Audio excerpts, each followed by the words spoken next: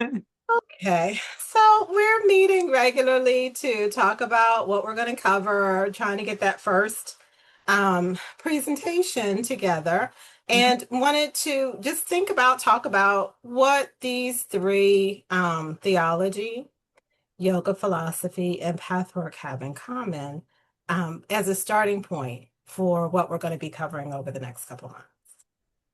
Yeah, so I mean, to speak on theology, specifically Christian theology, um, the Greek word for theos and logos is God studied or God's word. So that's literally what Christian theology describes, is that we are studying the teachings of the Bible, um, and the practices of the Christian faith so that we have a better sense of who God is, what God's relationship to us as humanity, and how this shapes our daily life and connects us to a higher power, something higher than ourselves.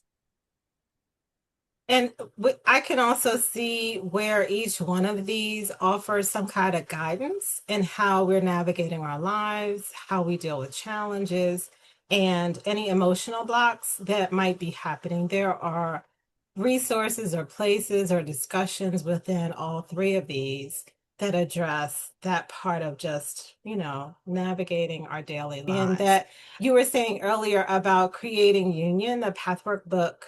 Mhm. Um, can you connect that here now, or am I catching you off guard?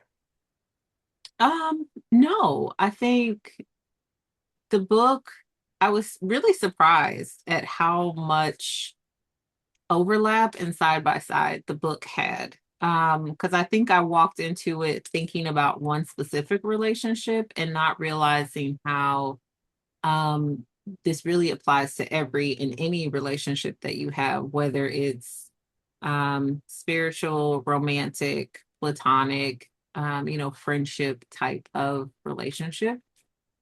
Um, and what was unique to me is that it gave language that I don't think that I necessarily had. And it was helping me to understand how I show up in these relationships. And I think that is kind of the undercurrent of theology.